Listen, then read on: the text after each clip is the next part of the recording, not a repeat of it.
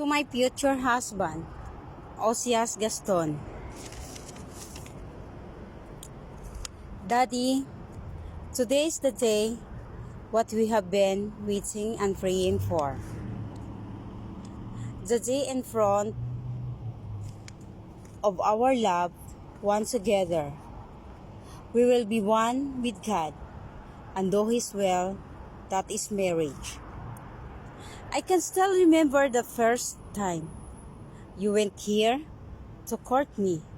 He drove for 3 hours just to see me. Ang dami nating pagsubok na nadaanan. Ang dami nating nakaraan na masasakit. Halos ikakamatay na natin. I was so scared. I don't know what to do. I heard a still small voice that said, "There goes my future husband." Now I am marrying the same guys. We are finally here. We are getting married. Alam kong hindi biro ang mga pagsubok na dumating sa ating dalawa.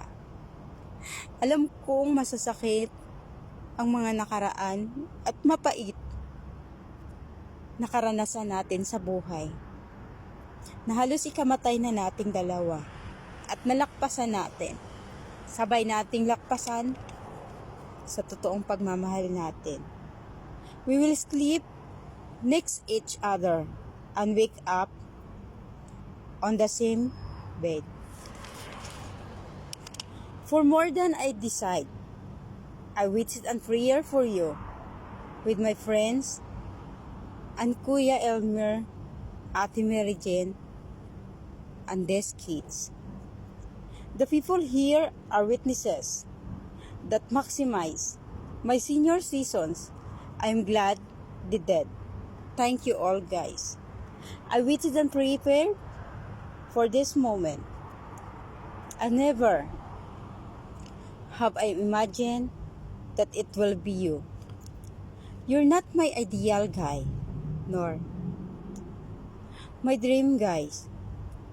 But as usual, God has a better plan. You are more than what I asked for. I'm glad for relationship that did not work out. For 3 years, that God did not answer. And at that time, I did not understand why God did all the pills. Now the answer is in the front of me. God gave me someone that is suitable for me. Before I only know that preaching the Bible, that it is not good for a man to be alone.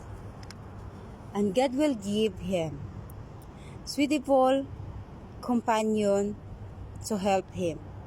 Now I know and experience what partnership and companionship are. Finally, God is the God who rewards faithfulness and obedience. And sa wakas, guys, I waited for so long to say this. I'm glad I waited today. I vow to love you above all, next to Jesus. I vow to honor and support you in everything you do. I vow to submit to you. By Nissen Watya.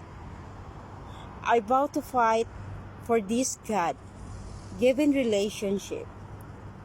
I vow to forgive you for all your mistake and shortcomings and keep no records of no wrong.